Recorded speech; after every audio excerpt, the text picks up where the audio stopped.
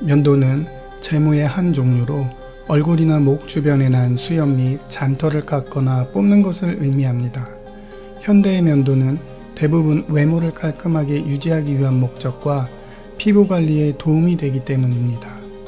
우리는 언제부터 면도를 하게 되었고 또 면도를 하게 된 이유는 무엇이었을까요? 면도의 정확한 기원은 알려져 있지 않습니다. 언제 시작되었는지 어떻게 행해졌는지 모두 추측의 대상입니다. 약 3만 년 전 또는 그보다 더 오래된 동굴 벽화에 수염이 없는 인물이 묘사되어 있는데 많은 학자들은 이를 면도 또는 다른 형태의 제모 행위의 증거로 해석합니다. 그렇다면 면도기가 없던 고대에는 어떻게 면도를 하였을까요? 학자들은 조개 껍데기를 쪽집게처럼 사용하여 수염을 뽑아내거나 날카롭게 다듬은 흑요석과 조개 껍데기를 사용하여 면도를 하였을 거라 추측합니다. 기록으로 확인할 수 있는 최초의 면도는 고대 이집트에서 확인할 수 있습니다. 약 5천에서 4천년 전 이집트에서는 머리카락, 특히 모든 머리카락에 거의 집착했던 문화를 발견할 수 있습니다. 남녀노소 할 것 없이 둥근 청동 면도칼을 사용하여 머리를 깎았고 수염이 있다면 수염도 깎았습니다. 역사의 아버지로 알려진 그리스 역사가 헤로도토스는 기원전 5세기의 이집트인들에 대해 이렇게 기록했습니다. 그들의 청결에 대한 관심은 매우 놀라웠는데 머리와 수염을 깎고 온몸의 털을 제모하고 자주 목욕을 하고 이를 위해 엄격한 규칙을 제정한 것에서 알 수 있다. 헤로도토스에 따르면 이집트인들은 매일 밤 2번씩 몸을 씻었고 이틀에 한 번씩 머리를 깎았습니다. 고대 이집트에서 삭발한 머리와 매끈한 얼굴은 높은 지위 혹은 적어도 신분이 낮지 않음을 상징했습니다. 당시 구리는 매우 비쌌기 때문에 가난한 사람들은 면도기를 구하기 어려웠을 가능성이 높았고 면도를 자주 하지 못했습니다. 당시 그리스에서 수염은 남성의 외모를 결정하는 중요한 요소였으며 강인함과 남성성을 상징했습니다. 매끈한 얼굴은 여성성을 상징했고 남성성과 군사력을 중시했던 도시 스파르타에서는 비겁하게 행동하는 남성에게는 수염을 깎는 처벌을 내렸습니다. 반면 로마인들은 종종 깔끔하게 면도한 모습을 선호했습니다. 알렉산더 대왕은 그의 병사들에게 수염을 깎도록 장려했습니다. 백병전에서 적에게 잡히지 않도록 하기 위해서였습니다. 알렉산더의 영향으로 면도는 금세 유행했고 면도기 기술은 비약적으로 발전했습니다. 공화정 시대에도 부유한 로마인들은 매일 아침 하인을 고용하여 면도를 시켰습니다. 개인 면도기를 구매할 여력이 없는 사람들을 위해 로마의 이발소는 로마 이발사인 톤소르가 전문적인 서비스를 제공했습니다. 로마인들은 또한 이집트의 둥근 면도기를 개량하여 최초의 직날 면도기를 개발하는 데 앞장섰습니다. 이러한 면도 전통은 공화정이 제국으로 전환되는 과정에서도 계속되었습니다. 율리우스 카이사르, 아우구스트 카이사르, 그리고 그 이후 여러 통치자들의 동상은 매끄러운 턱을 가진 남성들을 묘사하고 있으며 그 시대의 다른 많은 남성들의 동상들도 마찬가지입니다. 공화정 말기와 제국 초기에는 부유한 로마 남성들이 수염을 기르는 일이 드물었습니다. 역사 기록에 따르면 율리우스 카이사르는 하인들에게 매일 수염을 뽑도록 명령했고 다른 로마인들도 카이사르에게 어울리는 것이 자신들에게도 어울릴 것이라고 생각하며 이를 따랐습니다. 로마인들은 왜 면도를 고집했을까요?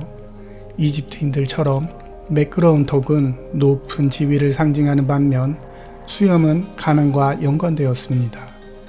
또한 일부 역사가들은 면도된 얼굴은 제국 밖의 야만인이나 심지어 수염을 기른 그리스인들과는 달리 적어도 로마인들 스스로에게는 교양 있는 사람으로 보이기 위한 것이라고 주장합니다. 그럼에도 불구하고 수염에 대한 로마인들의 태도는 시간이 지남에 따라 변화했습니다.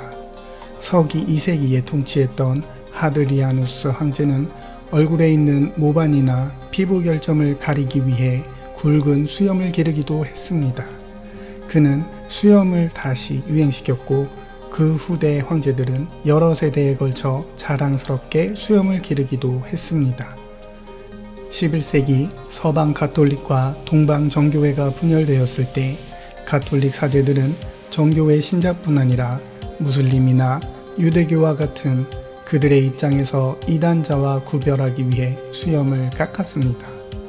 1086년 프랑스 루앙 대주교는 수염을 깎지 않고 그대로 기르는 사제, 성직자, 평신도를 가리지 않고 누구든 파문하겠다고 위협했습니다. 유대교에서는 오메르게스 기간을 포함하여 애도의 표시로 수염을 기르는 것이 관례였습니다. 이러한 관습은 역사 전반의 다른 여러 문화권에서도 관찰되어 왔습니다. 일반적으로 수염을 깎는 것을 선호했던 로마인들은 애도 기간 동안 수염을 기르도록 했습니다. 아우구스투스는 율리우스 카이사르가 사명한 후 수염을 기르기 시작했고 중대한 재난이 발생했을 때에도 수염을 기르곤 했습니다. 일부 가톨릭 교황들도 이 관습을 지켰습니다. 15세기 후반과 16세기 초에 교황으로 재임했던 율리우스 2세는 1511년 이탈리아 북부 볼로냐에 대한 교황의 지배권 상실을 애도하기 위해 수염을 기르기 시작했습니다. 스페인 국왕이자 신성 로마 제국 황제였던 카를 5세의 병사들이 로마를 점령하고 약탈하자 교황 클레멘스 7세도 1527년 이 관습을 따랐습니다. 그는 1534년 사망할 때까지 수염을 깎지 않았습니다. 같은 시기 조선시대에는 요교사상으로 인해 면도를 하지 않았습니다. 효경에 이르기를 신체발부 수지부모라 하여 사람의 신체와 털옷과 살갗은 부모에게서 받은 것이니 이것을 감히 손상시키지 않는 것이 효의 시작이라 생각했습니다. 면도를 하는 대신 수염이 지저분해 보일 경우 수염을 다듬거나 동백기름을 발라 관리하였습니다.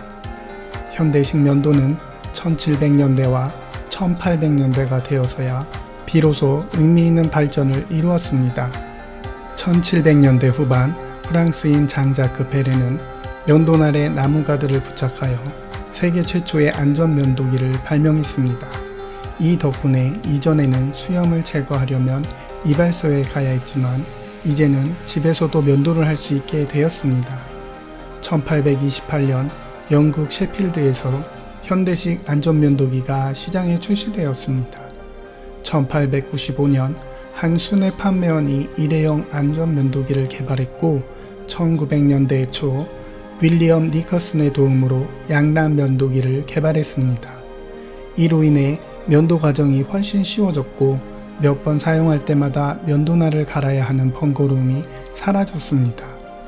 면도는 단순히 얼굴과 목 주변에 난 털을 제거하는 행위를 넘어 털을 제거하여 피부를 보호하며 피부 트러블을 예방하고 나 자신을 누군가에게 깔끔하고 세련된 인상으로 남길 수 있는 하나의 에티켓이 되었습니다.